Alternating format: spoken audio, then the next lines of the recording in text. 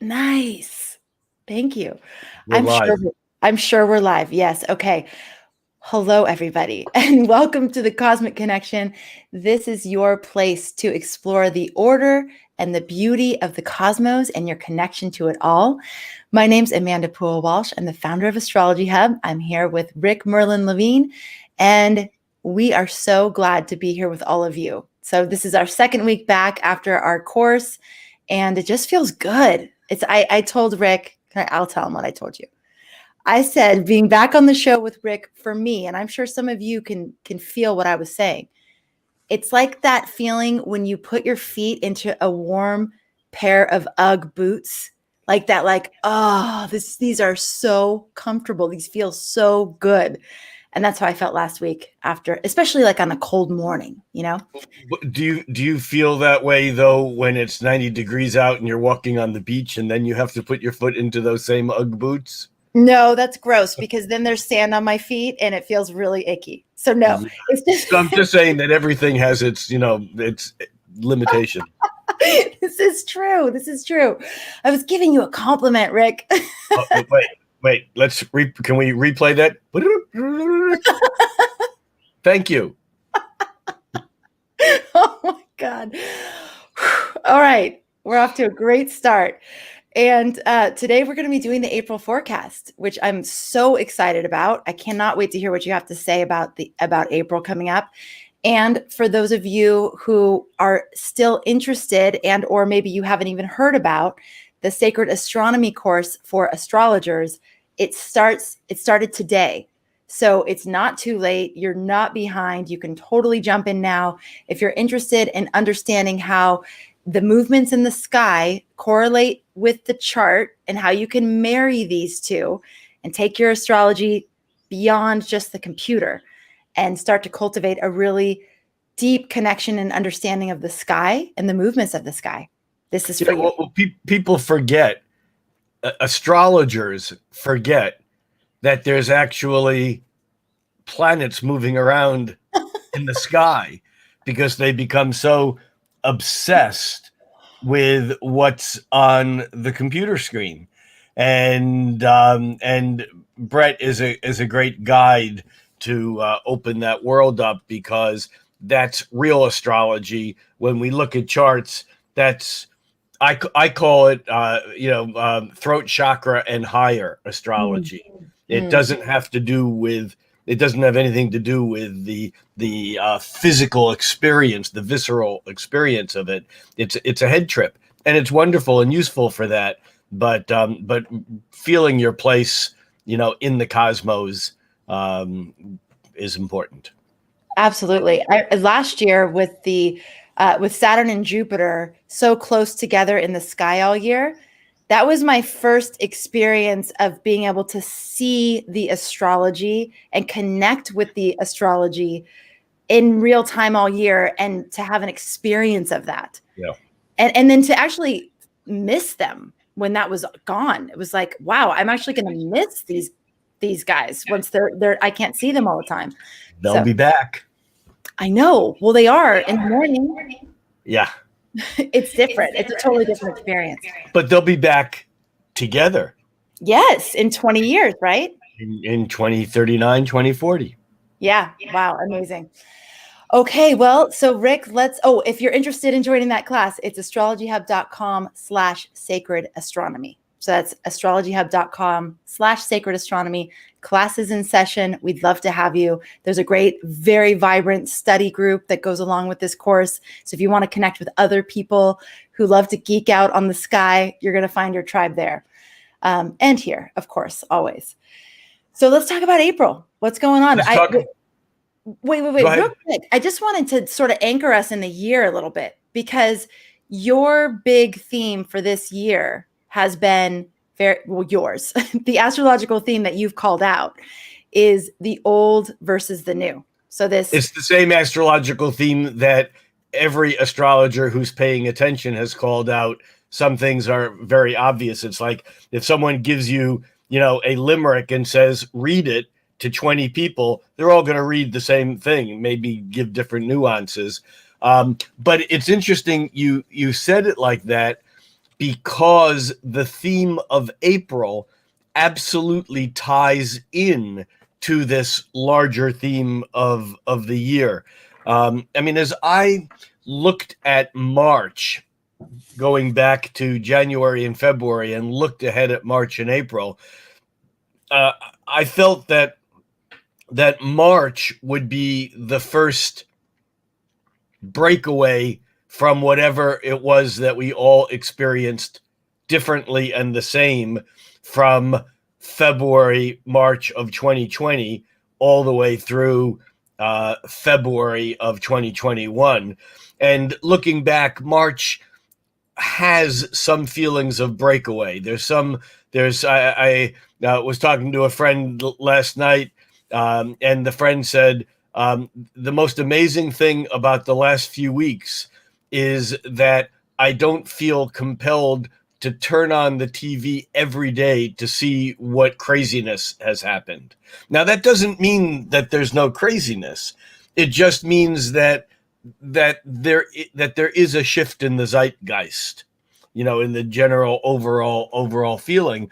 And I think that began in March, and it continues in April, except April has a funny rhythm to it that, in the fundamentals course, we talked about, or I talked about, how patterns repeat, the fractal nature of the universe, that often you see the same thing in a chart in high frequency, low frequency, and on different levels.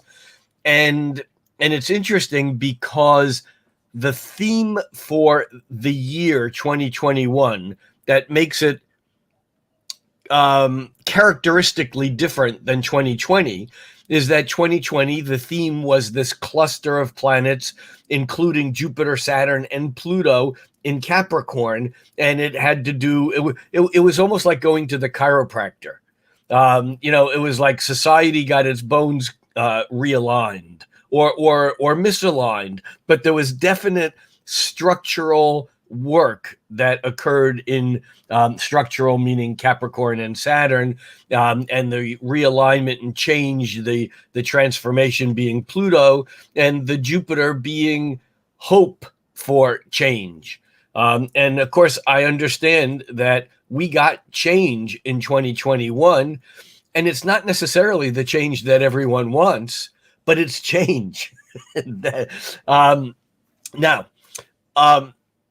the thing about 2021 is that what was a year ago, and even last November and December, was clusters of up to 5 and 6 planets in Capricorn, then moved the beginning of the year in January and into February into Aquarius. And there was this, what's ahead? And then in March, that cluster kind of shifted and moved into Pisces, where Neptune is in a long haul in Pisces, making the dreaminess and the illusions and fantasies of Pisces even more Piscean than they normally are. And so the planets then clustered from Aquarius into Pisces. And now the cluster has begun to move. It moved from Aquarius into Pisces, and now the cluster has begun to move from Pisces into Aries. But that shift has already begun. That shift began on the spring equinox when the sun moved into Aries, and actually on Saturday, on April 3rd, we have Mercury moving into Aries. And over the next weeks, we have the other planets that have been in Pisces and in Aries. We have Venus in Aries already, but then Mercury is moving into Aries. And so by the time we reach the new moon, and the new moon is on April 11th, we have 5 planets in Aries. And so that is a huge game changer. And also, since Mercury turned direct, I think the end of February, all the planets have been direct. There are no retrograde planets. And so there's this feeling of moving ahead. Now, Pluto does station at the end of April. And I would say it turns retrograde at the end of April, but it doesn't really. It stations because when Pluto moves so slowly that it doesn't move 1/60th of a degree. It doesn't move 1 minute of arc, not 1 degree, but 1 minute of arc in 2.5 weeks. And so even though it technically turns retrograde on April 27th, it's at the same degree and minute as it was for almost 2 weeks already when it stations, and then as it will be again for another week.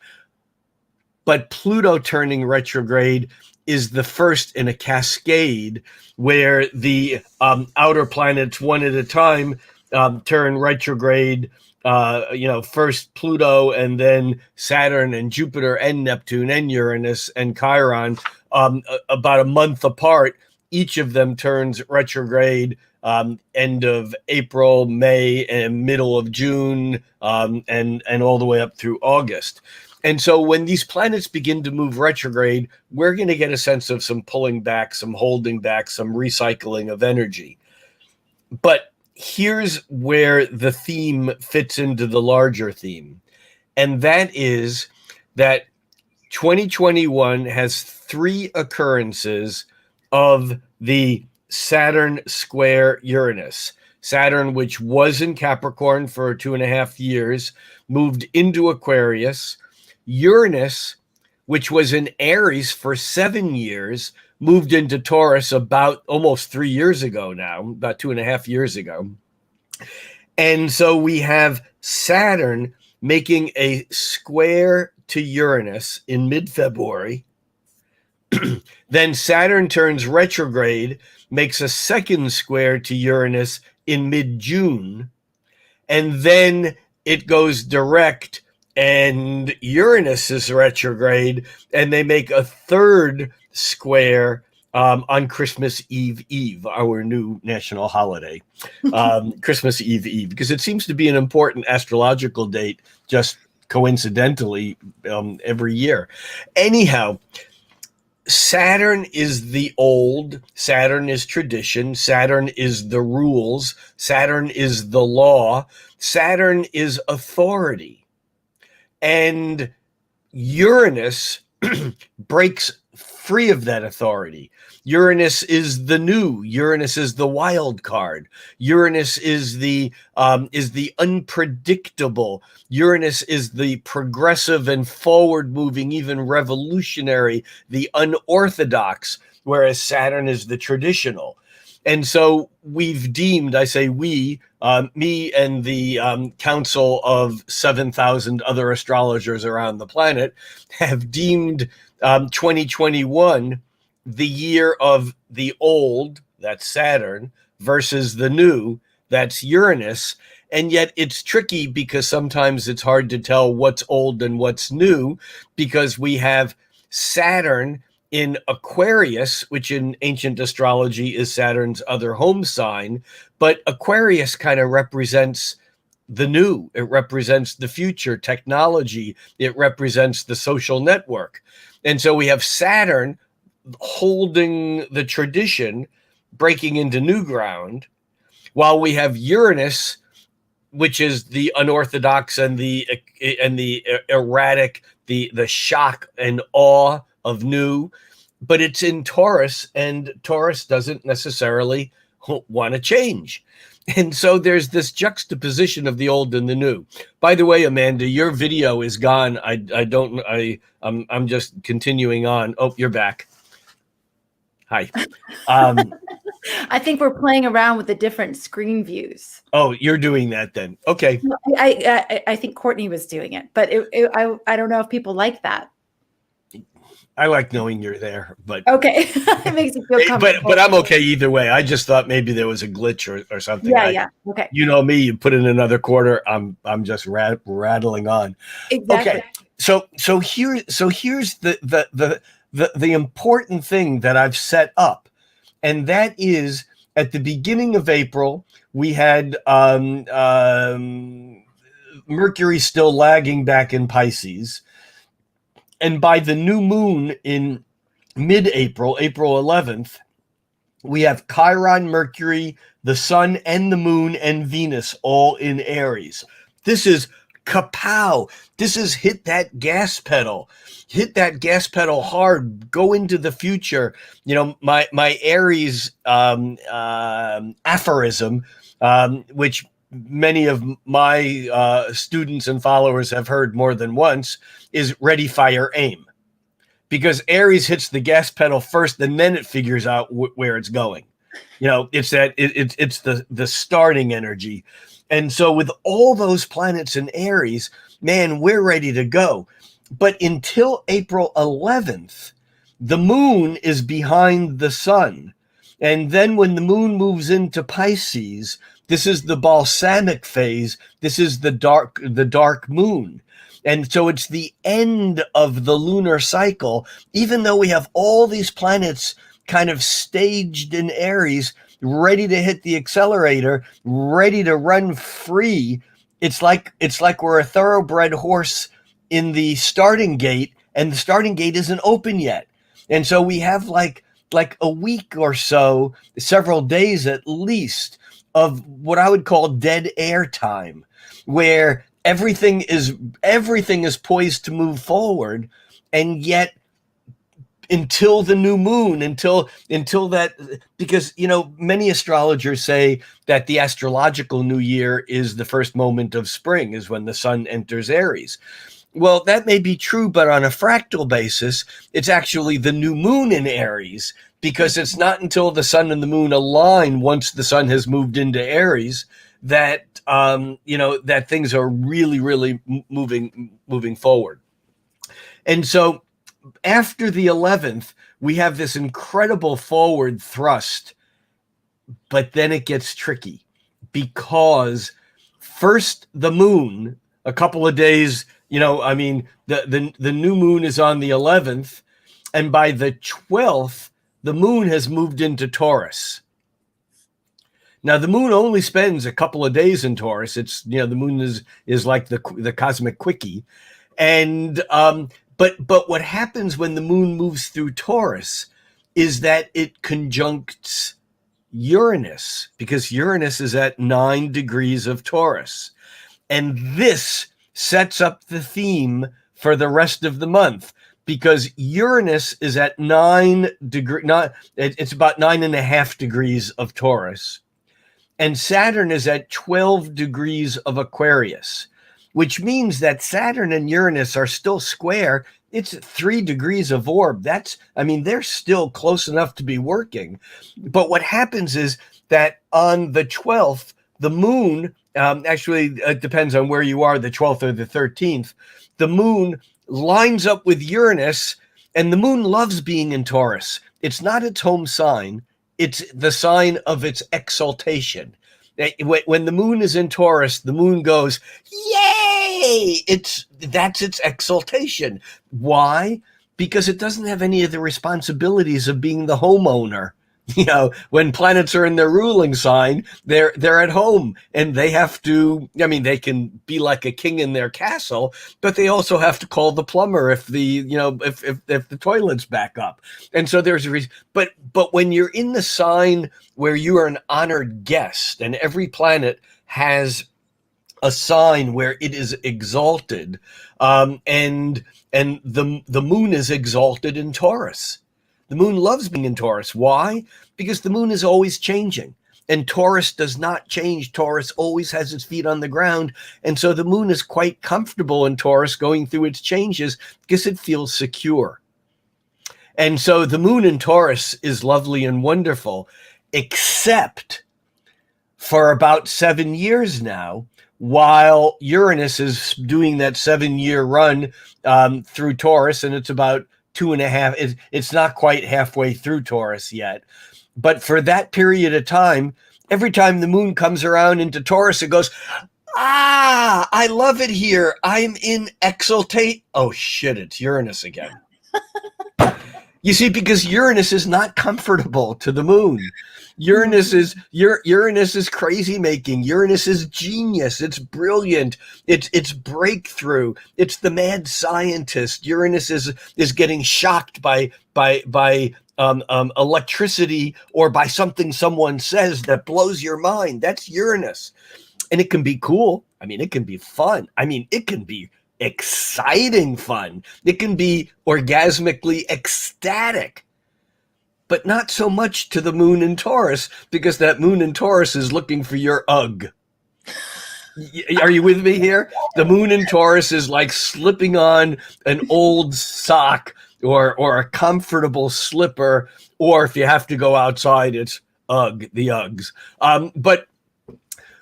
But when that moon hits Taurus, it's like the rats in the Skinner box that are getting food or hypothalamic stimulation 50% of the time. Wow, yeah, push it again, yeah. And then all of a sudden they get electroshock. I'm not encouraging this experiment. I'm just saying that those rats get pretty crazy because they are excited when they're put in the box where they get the pleasure and the food, and they run toward the bar, and the closer they get, the more afraid they get that they're going to get shocked, and they get paralyzed. Welcome to the moon conjuncting Uranus in Taurus. Now, the reason why we're dwelling on this is that the moon conjoins Uranus, and even though it might not be excited about it first, that moon in Taurus is going to, because it's safe and secure, it'll do what it needs to do. It'll get crazy, it'll go bowling with the boys if it has to. I mean, whatever the weird thing is that it doesn't do, it'll do it. But once that moon conjuncts Uranus and has that out of the box excitement, that feeling that there's ecstasy going beyond the norms, that's at 9.5 degrees of Taurus. Just a few hours later, when the moon reaches 12 degrees of Taurus, it's now square Saturn. And Saturn says, you shouldn't have gone bowling because your ankles are going to hurt for a week. Your arthritis in your thumb is going to flare up. And not only that, your friends are going to laugh at you for 2 years because you were such a stupid bowler. I mean, whatever. Saturn's going to come down on that moon. Oh. Now, here's the thing. That moon moving at high frequency, meaning quickly over the course of hours, which will conjunct Uranus, be excited, jump out of its pants. I don't mean that in a strange way. I mean just, like that's the Uranus. And then it's going to be put back in its place by Saturn. And then Venus does the same thing. And then the sun does the same thing. And then Mercury does the same thing. Actually, the sun and Mercury do it almost together. And I'll give you the dates here in just a moment. But this is why April is a bit of a crazy making month, not on the scale of last March or April or last July or last anything. It's not on that scale. But we're getting the microcosmic personalization. Remember, when we have slow-moving planets that create stability over the course of months, like we did with the Jupiter Pluto, or Saturn Pluto. I mean, these were moving slow enough that every 3 months, when the fast-moving planets, the Sun, Mercury, Venus, and to a lesser extent Mars, every 3 months, that group of planets would come around and square or oppose or square or conjunct that same point again and again and again. And that's what happens through 2021. And we're getting the first taste. Well, we kind of had the first taste of this when all the planets were in Aquarius back in the end of January, when Saturn and Jupiter were in Aquarius. But that new moon in Aquarius, where there was also Venus and the Sun and Mercury had just moved in a little bit later. They were all conjuncting Saturn. This was back January and into early February. And so there we have the restraint. And then they were squaring Uranus, We're free. That was the order. Now the order is exactly opposite this month. It's like for each of these planets, it's like, we're free. Oh shit, we're not. You know, oh my God, the vaccine will solve everything. No, it won't. No, the stimulus program will fix everything's back. Well, no, it won't. Oh, the new president. No, he won't. I mean, whether it's in personal relationships, whether it's in business, whether it's dealing with friends and lovers and children and parents, or whether we're talking about global economics, this is the theme for the month of April. When each of the planets hits that Uranus, we're getting this impulse to solve everything with that next stroke of lightning. Yeah, all the tension's gone for a second, and then Saturn's over here going, well, you know. And so that's the rhythm of the month. Do you understand that? I mean, that's the deep, at least that's how I see the deep rhythm of the month. Now, let's talk about some of the dates here, because we got up through the 11th, which is where we get that maximum cluster of the Aries energy, and the starting gate opens. Someone hits the ignition button, on Elon Musk's latest fire show or whatever he's launching these days. But it's like that's where Aries doesn't know where it's going or how it's going to get there. It just knows that the starting gate is opened and I'm running.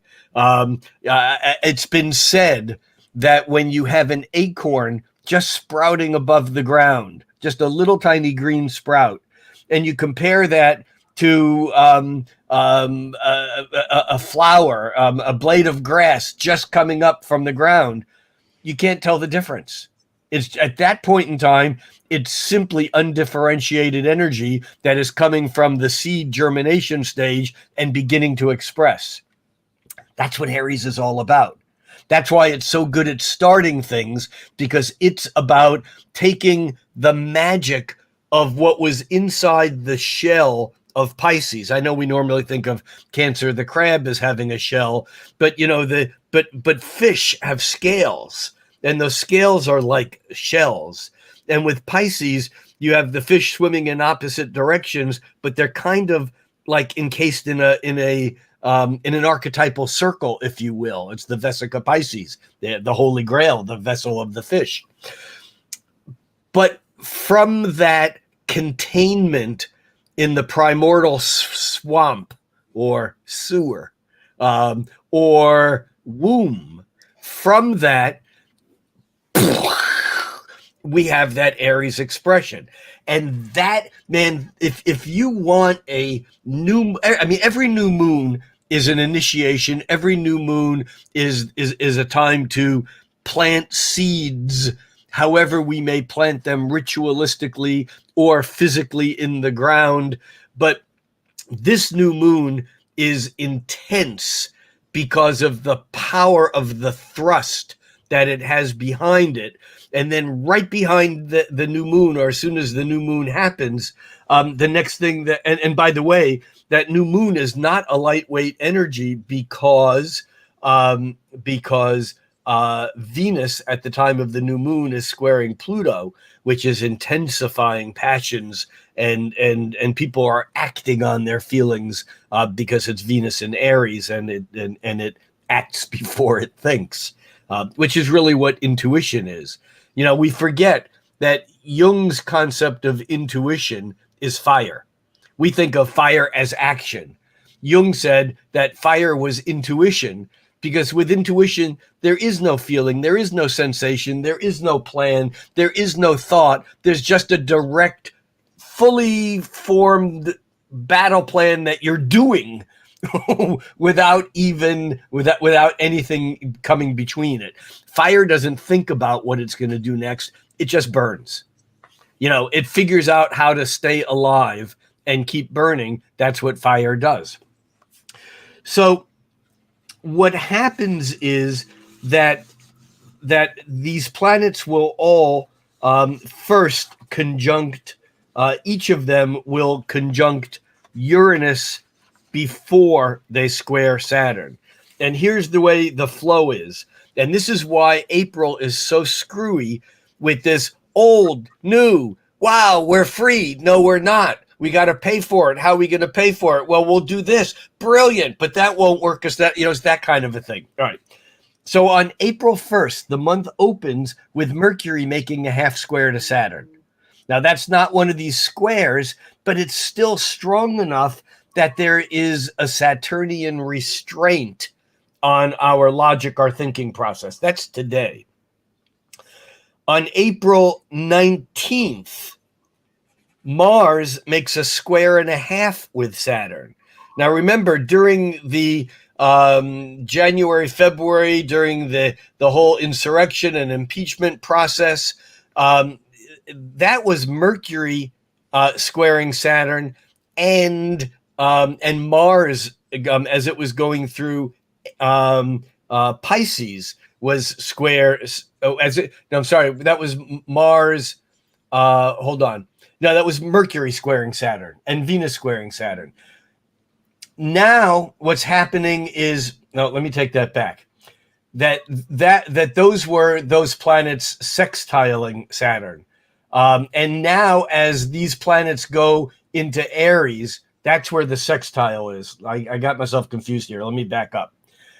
As the planets are moving through Aries, they're sextiling Saturn. Those have largely already occurred, except for Mercury, which occurs on the 10th.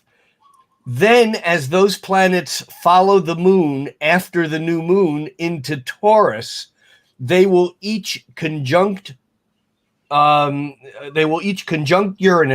and then square Saturn. But Mars, which is way ahead in Taurus, is making a square and a half with Saturn. And so again, we have this Saturnian thing holding back the frustration of wanting to act, but we can't. And that is annoying as hell. And Mars is a little bit of a bugger all month because Mars not only forms that sesqui-square with Saturn on the 12th, but it also runs into a quincunx with Pluto on the 17th. Mars is not thrilled at all of this. Mars is now off into Gemini, and eventually it will pick up on trines. But right now we have the planets coming into a conjunction with Uranus, and they occur on. Venus lines up with Uranus on April 22nd. Mercury follows, because Mercury and Venus are tracking close together right now. Mercury lines up with Uranus on April 23rd. And then the Sun lines up with Uranus on April 30th, the last day of the month. So those are the three explosive breakthrough. We also have Mars forming a half square with Uranus on April 14th. Uranus is activated this month, and it's activated by hard aspects, which means that there's stress involved.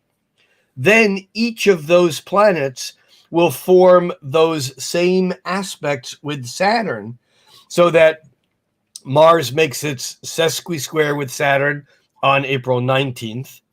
Venus squares Saturn on April 24th.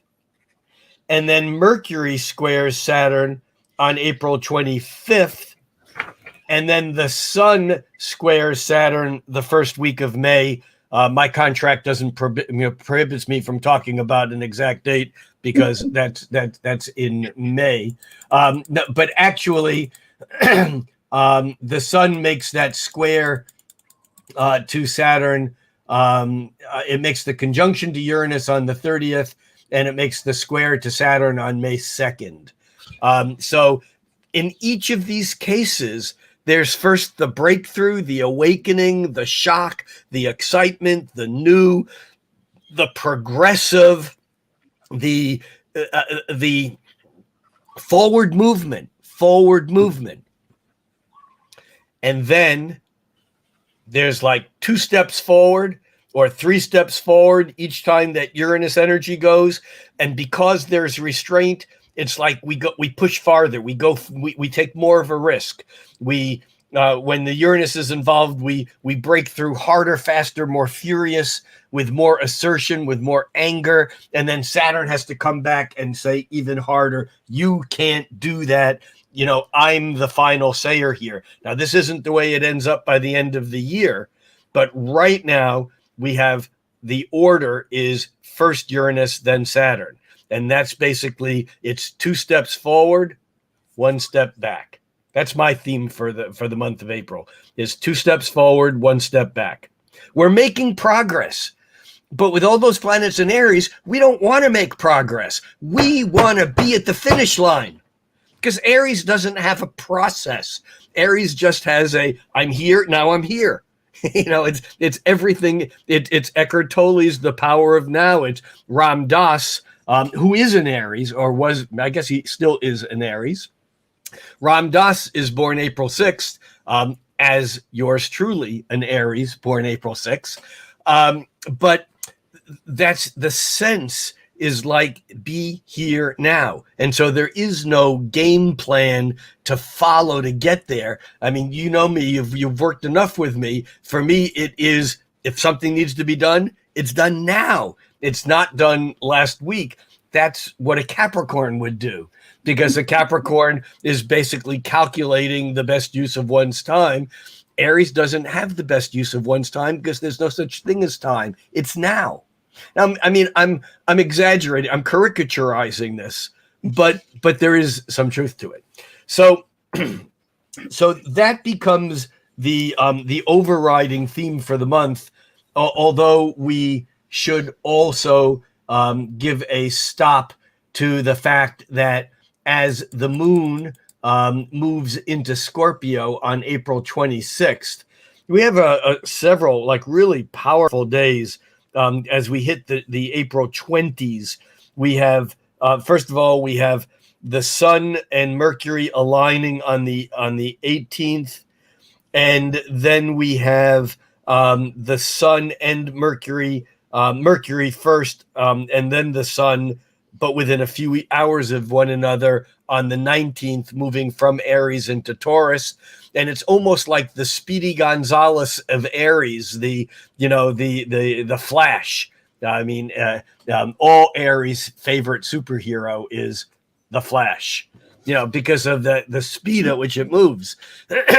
And having a Gemini rising certainly doesn't slow that down. It's the movement.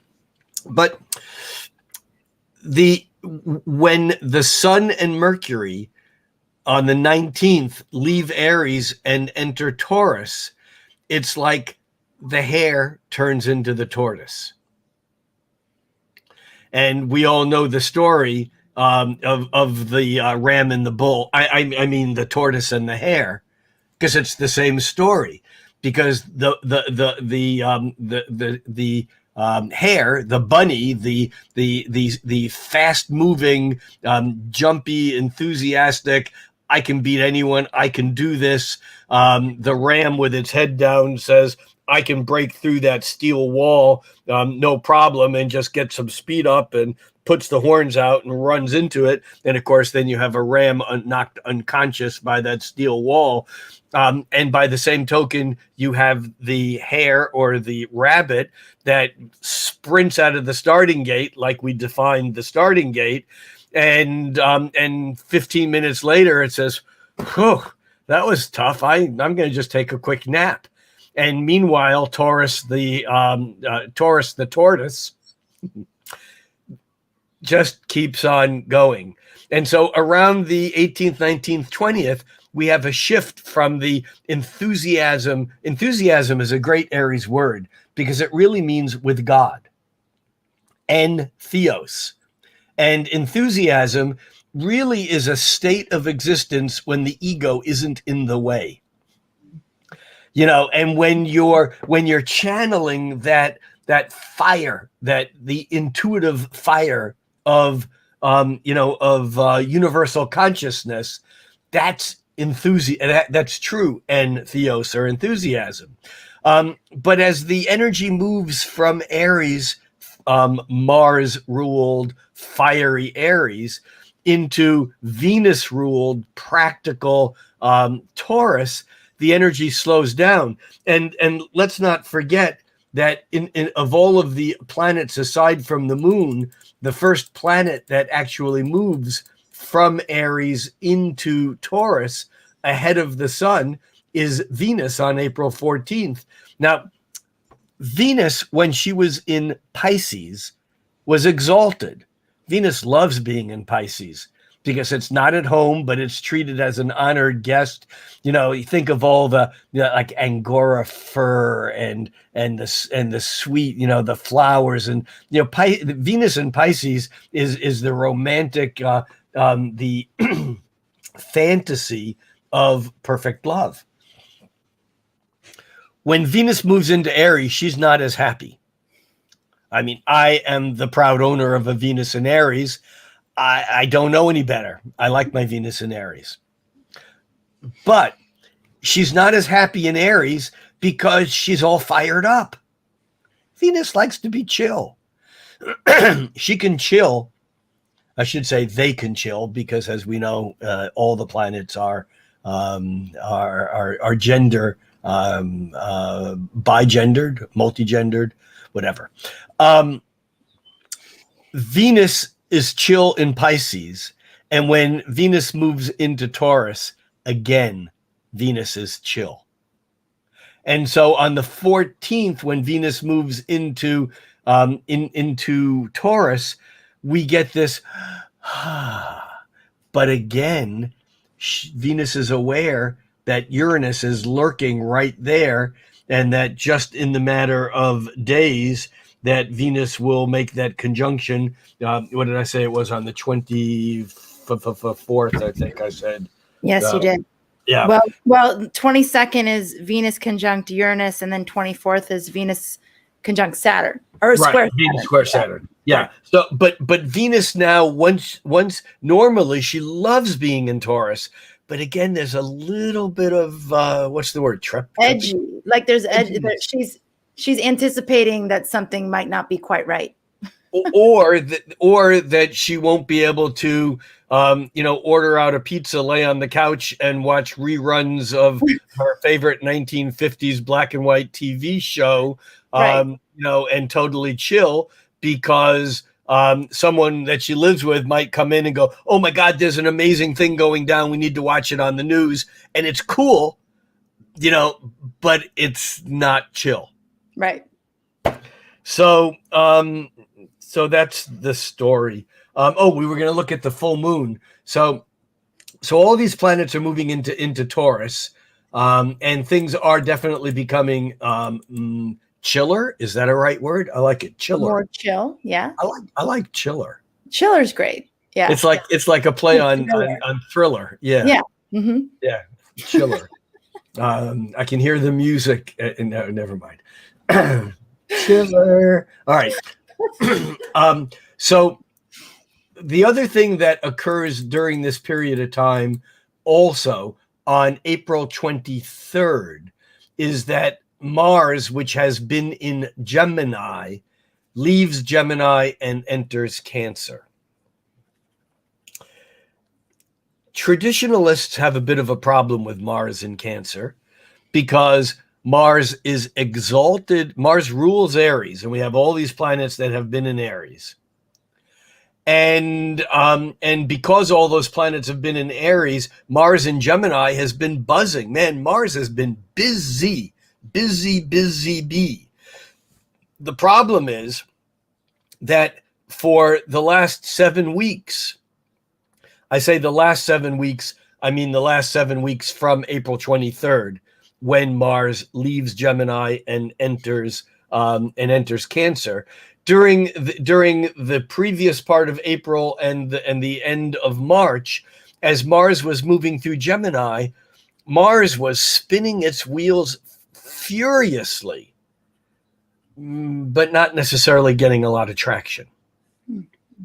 a lot going on. People are busy. People are, running around in circles. People are doing this and that. They're running errands. They're catching up on stuff, but it feels like they're not making progress because Mars in Gemini can become distracted and scattered. And yes, it can make progress, but once that Mars moves into Cancer, it's like it's like the planet's moving into Taurus. But it's different because while Mars was in Gemini and all the planets were in Aries, Mars was charged up from those planets in Aries, kind of doing their work. When Mars moves into Cancer, pretty much all the inner planets, the Sun, Mercury, and Venus, and Uranus, are now in Taurus. And now Mars moving into Cancer, Cancer is opposite Capricorn, and Mars is exalted in Capricorn. And a planet that's in its sign opposite its exaltation is in its fall. It doesn't like it. It's far away from the place where it's exalted. So traditionally, Mars is not a happy camper or not as effectual in Cancer as it is in other signs. And I have to put in my little anti-patriarchal 2 cents here, because I do believe that some of the judgments that we have that come from the Greek period of astrology are in fact over gender stereotyped. And the fact that Mars is macho, is warrior, is the fighter, is facing conflict, and if there's no conflict, it's creating it so it can win the battle. This is what Mars does. That's a patriarchal Mars. Mars in Cancer can be just as fierce as the soldier on the battlefield when it is protecting her home, her family, her cubs, her values, her homeland. There's nothing wimpy about Mars in Cancer unless you're looking to peg it into a gender stereotype. Mm-hmm. This is my opinion. There are astrologers who will totally disagree with me and go, no, Mars in Cancer, is problematic. It may be. Now, the question is it problematic because of Mars in Cancer, or is it problematic because of the social system that basically encourages certain behaviors and discourages others? I just want to mention that in passing because I like Mars in Cancer. Okay, I am an Aries and I have a Cancer moon. I like Mars in Cancer. But I don't find it wimpy. I find it not necessarily in your face with its redness, with its anger, with its energy, with its grrr. That's what Mars is, with its fire. But I think that Mars in Cancer is going to be a couple of months of allowing that energy to settle. That's the good side of it. The negative side of it is that Mars's favorite way of expressing itself when it's not in physical combat is by being passive resistant. That passive resistance, this whole idea of you seem angry at me. Are you? No. You sure? I feel like whatever I did yesterday kind of pissed you off, and you're not talking about it. But I really feel like I'm feeling like you think I did something wrong. No, I think it's fine. But I'm gonna get you. I mean that's a Cancerian trait in general. And I'm not saying that all people with Cancer planets are like that, but there's a tendency that when we don't acknowledge a planet, that it finds a way to express. And if Mars is our reaction to feeling like our boundaries have been stepped upon, infringed upon, and if we don't stand up for our boundaries, well, then we can become quite submissive and passive, and develop a suppressed anger that turns into resentment. And therefore we get this kind of passive resistant kind of energy. And so we just need to pay attention, because we don't want that to happen. We want to use the highest side of Mars, which isn't necessarily going out and creating wars, but it is drawing the line in the sand and saying, this side of the line is my territory. And I'm going to ask you nicely, please don't step into that territory unless I invite you. And if you do, I'm going to make sure that you know that it's not okay. That's a healthier way of dealing with that Mars. And so I think that that's an interesting little piece that occurs also, again, going from this kind of pushing forward, the explosive, the new, the erratic, the nonconformist, the unorthodox Uranus piled up with the Aries, here and now. And then we get the movement into Taurus and the settling of that Mars going into Cancer. And meanwhile, the moon is moving on the 23rd through Virgo. And then on the 25th and 26th, it moves through Libra. On the 26th midday, it enters Scorpio. And when that moon enters Scorpio, its antenna goes, because as it enters Scorpio, it immediately acknowledges the sun is in Taurus, Uranus is in Taurus, Venus is in Taurus, Mercury is in Taurus. The moon by sign opposes, I want to say everything, but at least 4 planets. And we move toward that full moon, and the full moon is on the 27th. It is at 8:31 p.m. That's Pacific time. So it is 11:31 p.m. on the 26th on the East Coast of the U.S. And I would imagine that it is 5:30. Are we 3 hours difference now with daylight time to the scenic shores of Maui, from whence you derive? What the hell does that mean? All right. So this full moon on the night of the 27th. I'm sorry, it's on the evening of the 26th. It's 8:30 in Seattle, 8:30 p.m. on the 26th. This is the Buddha full moon, sometimes called the Wesak moon. It's the allegedly Buddha was born a Taurus with the full moon in Scorpio. Allegedly, I say allegedly because I haven't seen the birth certificate.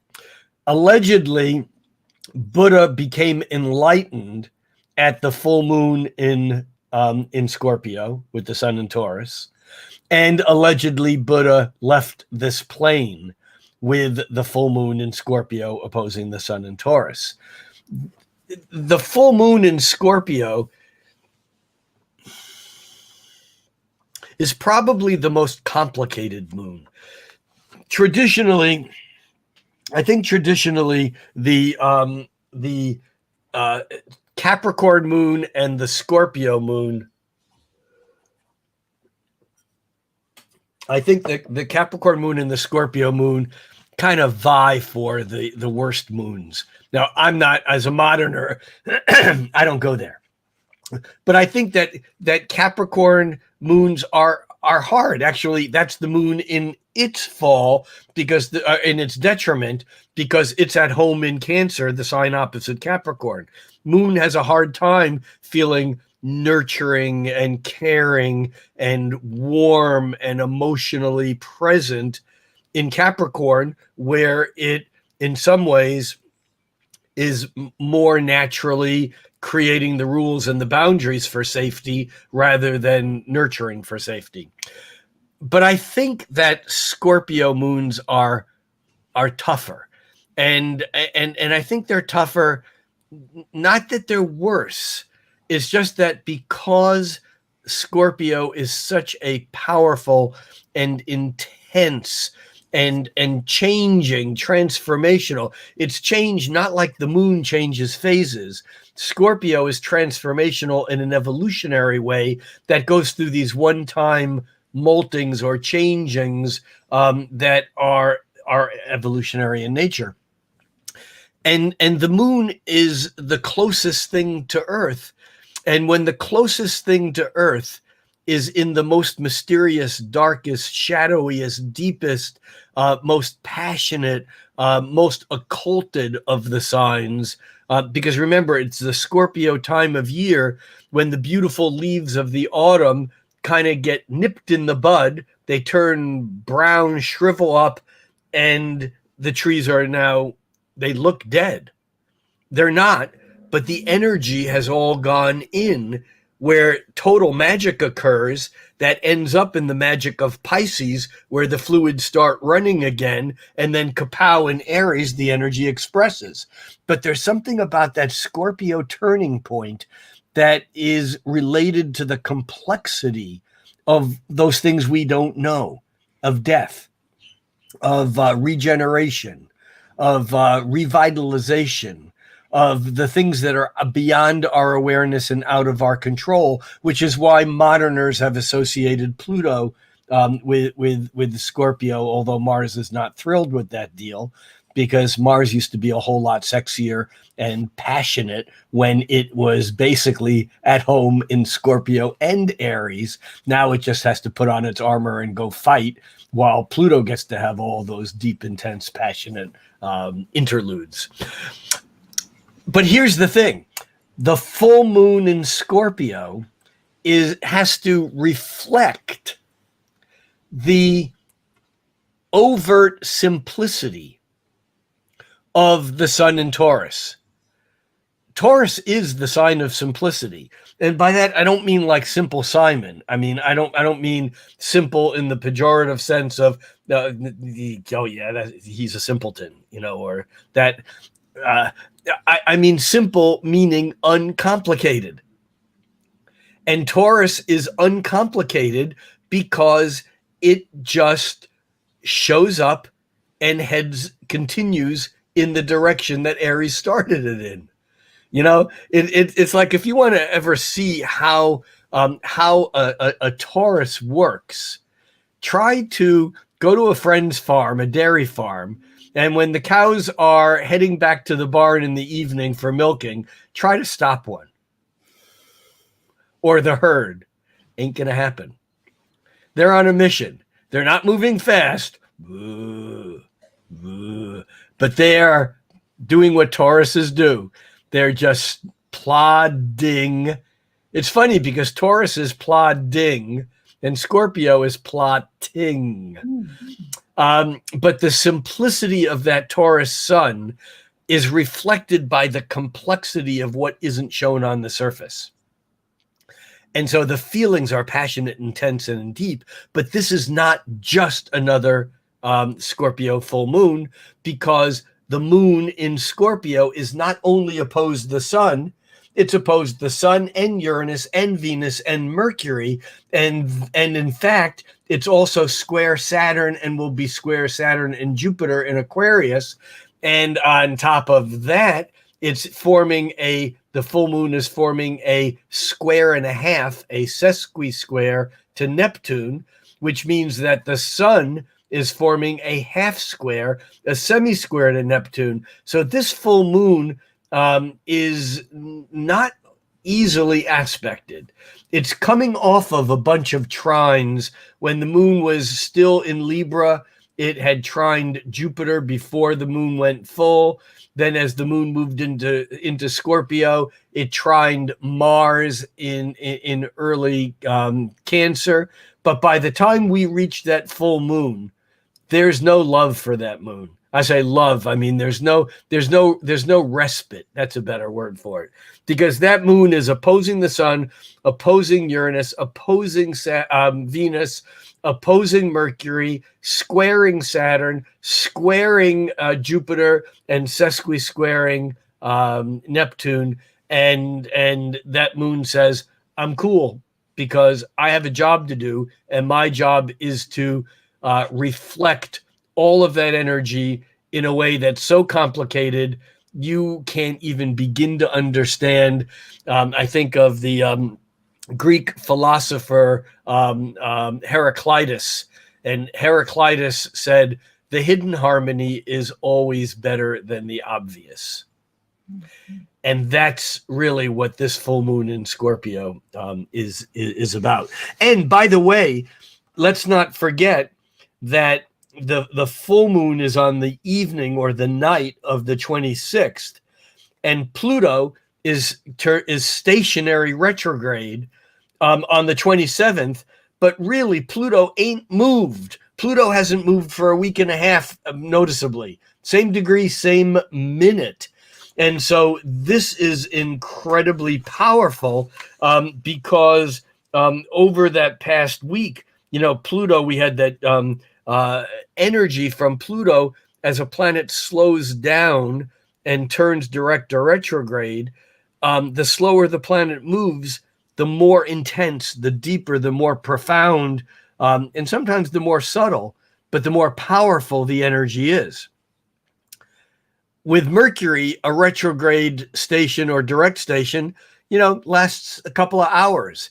It's in the same degree and same minute for maybe 10 or 12 hours, and maybe in the same degree for a day.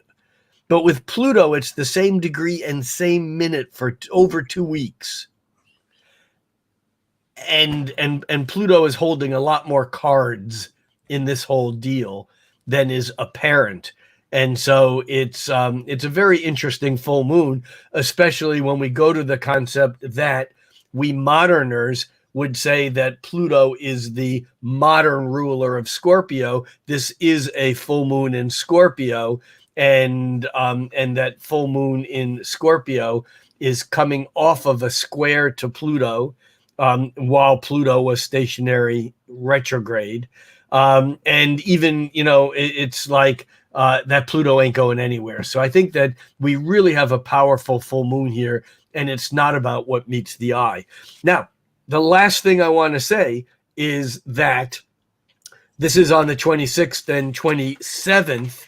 And although the sun makes a half square to Neptune, we talked about Neptune being sesquisquare and half square to the full moon and to the sun. That's also on the 27th. We have a Venus half square Mars. These are all relatively lightweight aspects. However, on the 30th, last day of the month, middle of the day, the sun lines up with Uranus, and it will square Saturn on May 2nd. So the month ends. It's almost like it comes in like a lion and goes out like a lion. Mm-hmm. I know there's that thing comes in like a lion and out like a lamb, or vice versa. No, there's some lambness in all of this, and and look, the lamb is an Aries energy. It's that spring birth. In fact, the word Paschal actually it comes from, I'm not sure whether it's Arabic, Hebrew, or Latin, but it comes from the word that means lamb. We think of it as the spring lamb, the Paschal lamb, but also associated with Easter, because Easter is the holiday that the Catholic Church robbed from the Jews, who robbed Passover from the pagans who just celebrated the spring equinox. Easter and Passover occasionally fall on the same day, but it's interesting because they're both lunar holidays. Passover is based upon the Hebrew lunar calendar, and always falls on the same moon in the Hebrew calendar, whereas Easter always falls on the first Sunday after the first full moon after the spring equinox. That's the calculation. It's a full moon holiday. Things have come to fruition, and now they need to die and regenerate. So we end this month with this very, very powerful Sun Uranus, Sun Saturn, that again becomes a fractal reinstatement of the whole process of the year, and certainly of the month of April in its entirety. The defense rests. Or maybe it's the offense. I don't know. Okay, Rick. First thing, can you do an echo when I speak? Or is Yeah, that a little. Okay. Yeah. Yeah, there's something about whether it's a little bit of an echo and or a little bit of a delay. Okay. When I speak, Now it's not. Can you try muting yourself when I speak? Actually, no, it's gone. Oh, wow. Amazing. It's gone. We're good. Okay, so I have a lot of questions, Rick, and I also have my attempt at a summary. Which would you like first? Oh, the summary. The summary. You're so good at that. Okay, here we go. So basically what you're saying, and I'm hearing that echo again. Can you try to mute for a sec? And now it's gone. Interesting. Okay, so this April, there's a shift in the zeitgeist. We have things moving from that Pisces energy into Aries. And this is the big shift in energy at first. In the beginning of the month, we have Mercury going into Aries on April 3rd. The other big thing happening at the very beginning of the month is on April 6th. It's your birthday, which is a very big occasion for all of us. So that's April 6th. But on April 11th, 5 planets move into Aries. So this is like this crazy forward motion energy, game-changing energy. It's like someone hit the gas pedal and it's full steam ahead. There's actually, those planets are all in Aries on the 10th. Okay. It's the new moon is on the 11th. And so and so there's that kind of dead air space that happens prior to the new moon. Yes. Okay. So the dead air space in between where everything's saying go forward, but we're at the end of a moon cycle. But then on the new moon, it's like go forward, right? Okay. And then we have all these things. So we're all poised to move forward. We're all amped up to go forward. But then we have this yay, no thing happening all month where it's like, oh, yay, let's go. Or, oh, yay, we have the answer, but no, we can't. And no, that was not a good idea. And no, that's why this is not going to work. So we have that happening all month. And of course, I have a lot of questions around that. Like how do we actually work with that energy in our lives? But that's the biggest like arc of energy is this go forward and try new things. And then, no, that's not working. Yeah.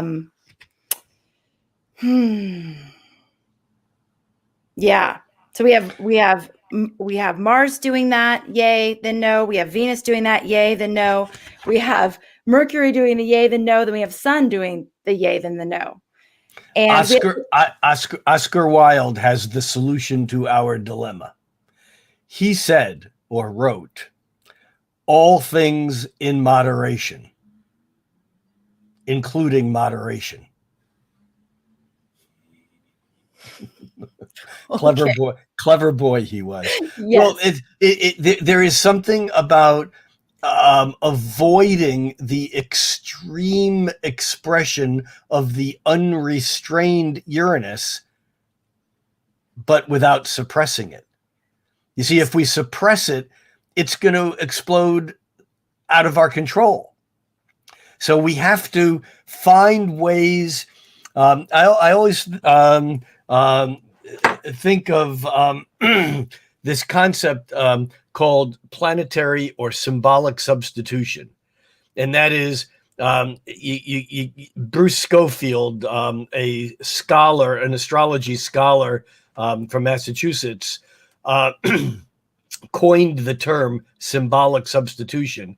And it's like, if you have transiting Mars coming up to your natal Uranus, we don't here, but we have a semi-square that's Mars to Uranus.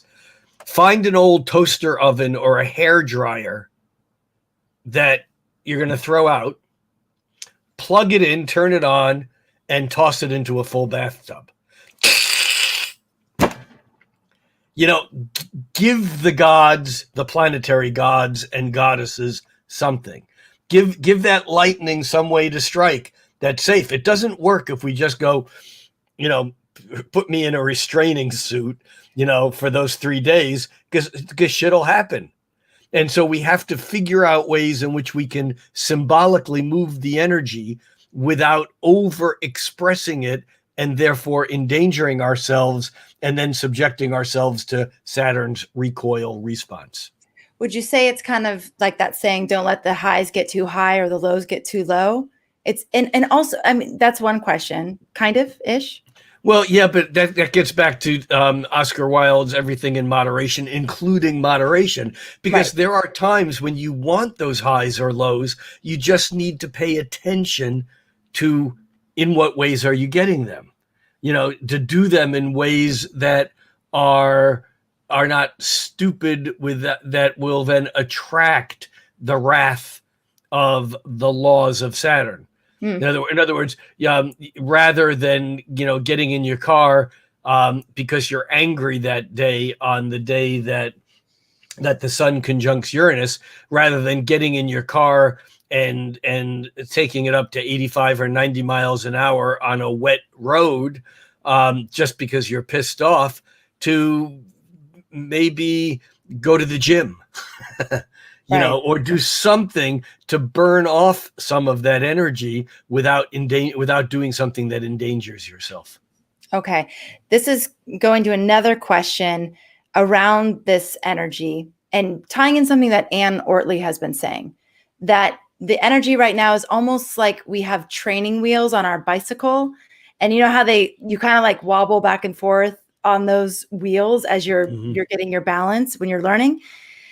Would you say that in some ways, I mean, as long as it's not dangerous, you know, as long as it's not, you know, that extreme, but in some ways that is going to be what we're doing. So it's even though we're saying yes, we may get that no, but that's okay because it's helping us find the right course. Yeah. I think a lot of this year is about figuring out how we navigate between the lines, right? You know, and what first time round, second time round, third time round might feel like all or nothing is not all or nothing, because ultimately these two energies, the irrepressible energy of Uranus bumps up against the immovable structures of Saturn. Something's got to give.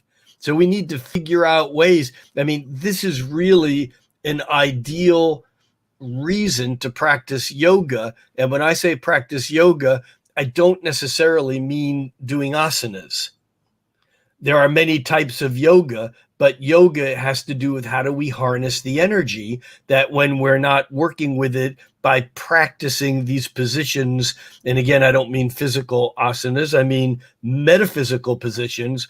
By practicing them and paying attention and growing our awareness, we learn how to move within the energy that expresses both of them. Okay. Easier said than done.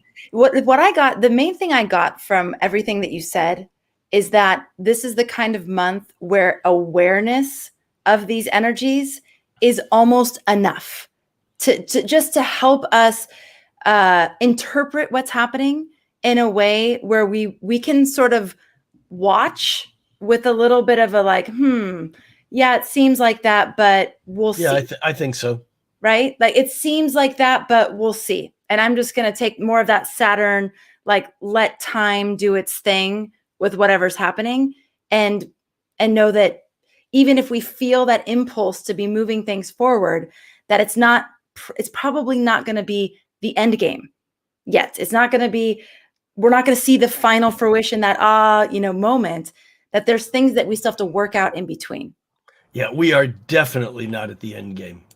Right. So lots of course correction, lots of one of the things you were saying about the moon at the end, the full moon at the end, is it sounds like there could be some powerful revelations, some things that we see for the first time that might be challenging to see potentially. And that we just that we're in the middle of it still. There's not going to be that, oh, we finally have it all together and we finally figured it out and this is a time to celebrate. It's like, watch that with a little bit of weariness. Yeah, I'm seeing this. One of the places where I'm seeing this play out right now is in the division of rushing to get vaccinated and or absolutely I'll never get vaccinated. These are both extreme positions, and I think that either one can be justified, quite frankly. But that's not our point today. My point is that seeing that play out on a grand scale is a good way to frame what this energy is all about, because it's complicated and the all or nothing doesn't work. In other words, yeah, go ahead. I was reading in a case for astrology, I think, yesterday about, oh, no. It was Stephen Force's Pluto book. I was just like skimming it and reading. One of the things he was talking about with Pluto and Libra is how those kinds of scenarios you just talked about, the one where you can't be like kind of vaccinated. You're either vaccinated or you're not. You can't be halfway. It's those things where it's like you're either this or you're that. And how Pluto and Libra has a really hard time with that, because there isn't really like that harmonious meeting ground. Yeah, and I guess the harmonious meeting ground would be you do what works for you and I'll do what works for me. But for some people, that's not even an option either. So that's an interesting place to be, because there are certain things right now that feel like this or that. Yeah, exactly. And so I think what I'm getting from what you're saying is that we need to just continue to ride this out, to continue to, instead of getting super swept up in all of it, to let it continue to play out and to watch and see what's happening. And then one of the other questions I had, you started going here in this direction, was around, so we have this big, huge all year theme of old versus new. And then you talked about how April is a microcosm of that. Like that's happening a lot. And that Uranus is triggered over and over. And the square is triggered over and over, right? You then said the word personalization of this microcosm. And I've been having this thought recently, how this old versus new theme, it's very easy to see how it's playing out on the world stage. It's very easy to see how it's playing out externally. Yeah. But would you say that right now is a call to actually look at that within ourselves? Where are our old patterns, old habits, old comfort zones meeting up with a new way of seeing things, a new way of engaging with the world, a new way of being? I have a record-setting answer for this. Yes. I'm doing the pause because usually there's a yes and, but is that it? It's a yes. Okay. All right. And that's exactly. So I don't know if all of you are feeling that invitation to take this, oh, I see the old crumbling systems out there. I see where new things need to come through out there, and really just bring that inside, especially it sounds like during April, where we have this like microcosm, real all packed together at one time expression of the old and the new. Yeah. Okay. Well, it's going to be interesting. Rick, I noticed last year that the major, like the big, huge kickoff conjunction of Saturn and Pluto in Capricorn happened in January. It wasn't until March, 2 months later, that we really knew what the storyline was going to be around that conjunction. I mean, I know it was happening, but it wasn't in a lot of people's awareness. In March, it was like, oh, this is really obvious what's happening.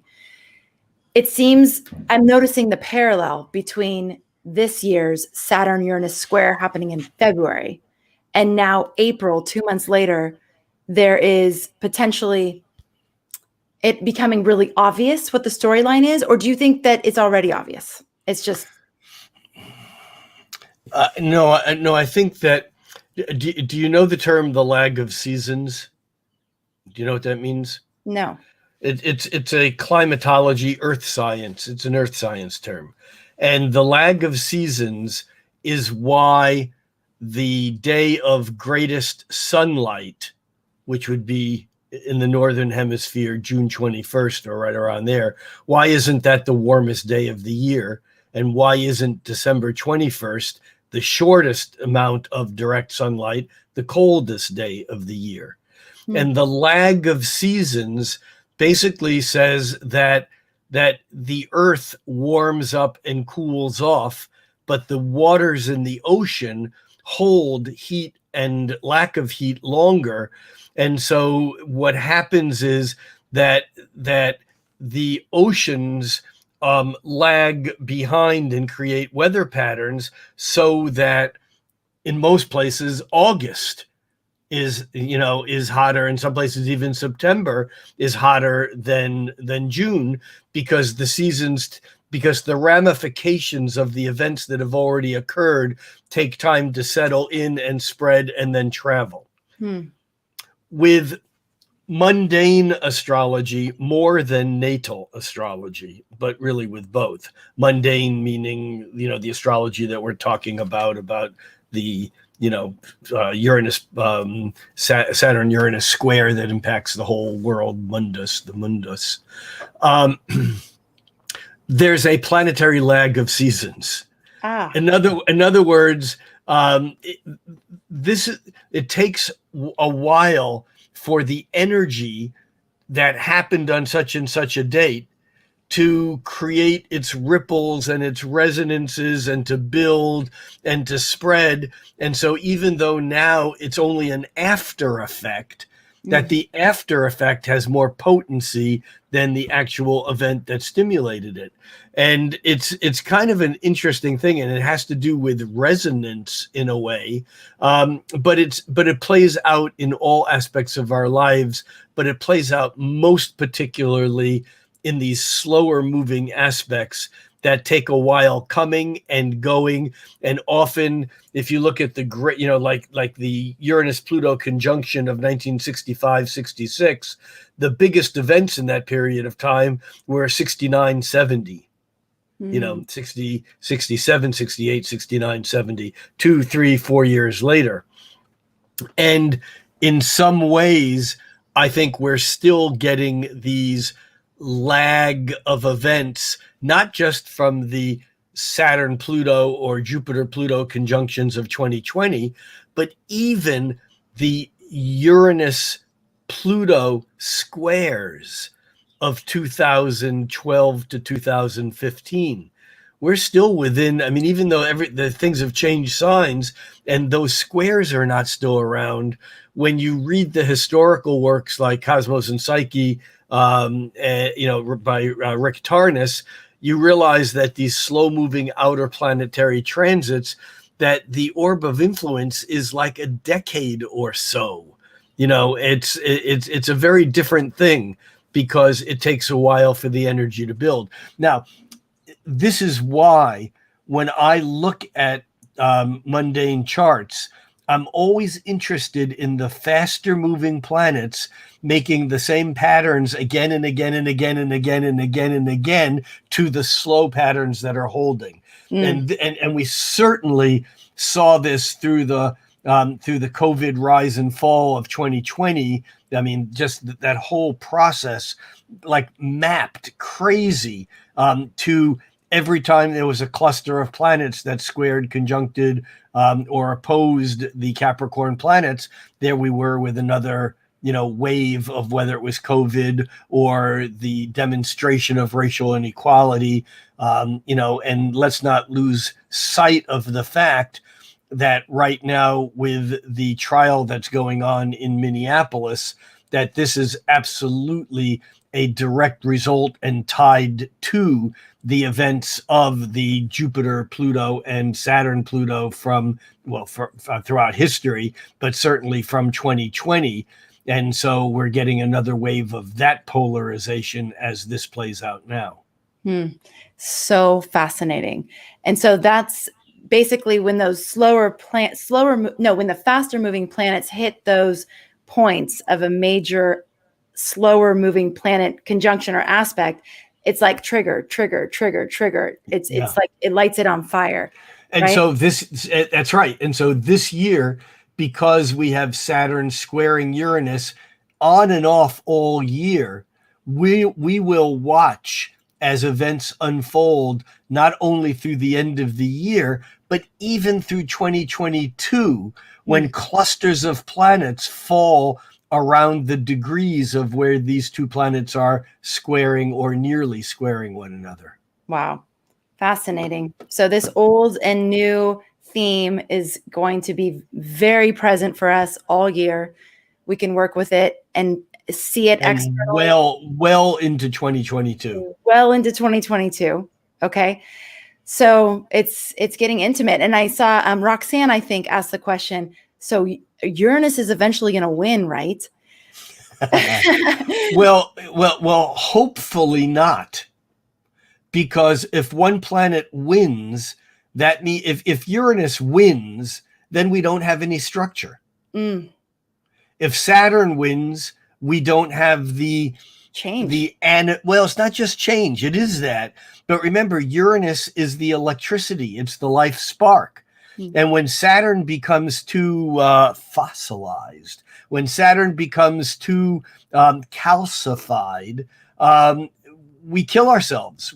Our arteries harden. Life ends when Saturn dominates to the extent that there's no movement of fluids or electricity. So hopefully the result of this is not Uranus winning, because if Uranus wins, we all lose. And it's not Saturn winning, because if Saturn wins, we all lose. Hopefully the result of this in any square, even in a natal chart, is figuring out ways where these two very different energies can actually create either common ground or common goal, and realize differences, acknowledge them, appreciate them for what they are, and figure out a way to make those things that are mutually important work for everyone involved. And I understand that too is easier said than done. And the reason why I use the term personalization is that when you have a Saturn, as example, Saturn-Pluto square, or I'm sorry, a Saturn-Uranus square, or a Saturn-Pluto conjunction, it takes the Sun, Moon, Mercury, Venus, or Mars, the personal planets or the luminaries, for us to pull that energy into our personal lives. Which is why when you're looking at someone's chart, if you have planets in your chart right now, at 8 to 13 or 14 degrees of fixed signs, whatever fixed signs they are, then this Saturn square Uranus is drawing in those planets in your chart personally. And so when we have the faster moving planets connecting with those slower moving rhythms, that's where we tend to grab onto the personal issues that are resonant, whether we realize it or not, to the larger and more global issues. Wow. Whew, Rick, we were joking before we came on live that I basically have a quarter and I get to put it in the jukebox and hit what we would like to hear today. And so I said, April forecast, and you have absolutely over delivered on that. Are you pulling out your quarter? Well, actually, I'm pulling out, I don't know if you'll be able to see this, but I was somewhere today where I needed a quarter, and I reached into my pocket and I pulled this out, and they wouldn't take it. Oh, why not? Because it's a Republic of Indonesia 500 rupiah. Well, that would be why. Yes. But it's similar to the size of a quarter. Yes. Although it is a little bit bigger and it's a lot lighter. I think it's made of aluminum. Anyhow, yeah, put a quarter in the jukebox and hit the buttons. If any of you want to have some say in which buttons get pressed as we move forward with the Cosmic Connection, you are welcome to put them in the chat. I do look at those. I put them in my little notes on my phone, and then we get to them when we can. So if you have any ideas or things you'd love to hear Rick talk about, our personal jukebox here. I would love to hear from you too. Rick, thank you so much. This is, I feel so prepared and ready to be with this energy this month, and I hope all of you do too. Remember to check out astrologyhub.com/sacred astronomy if you're interested in getting more intimate with the actual movements of the planets in the sky and how that relates to your practice of astrology, your interpretation of the charts. It's all related, obviously. And just if you want to get back to the roots of the way that astrologers always practiced this craft, which was under the night sky. So that's open right now and available, open for enrollment. And actually, class just started today. So it's definitely not too late to join. Rick, thank you so much. Thank you. We'll be here same time, same place next week. We would love to be with all of you. So thanks for joining us. Thank you for tuning into this episode. Thank you for being a part of our community. And thank you, as always, for making astrology a part of your life. We will catch you on the next episode. Take care, everybody.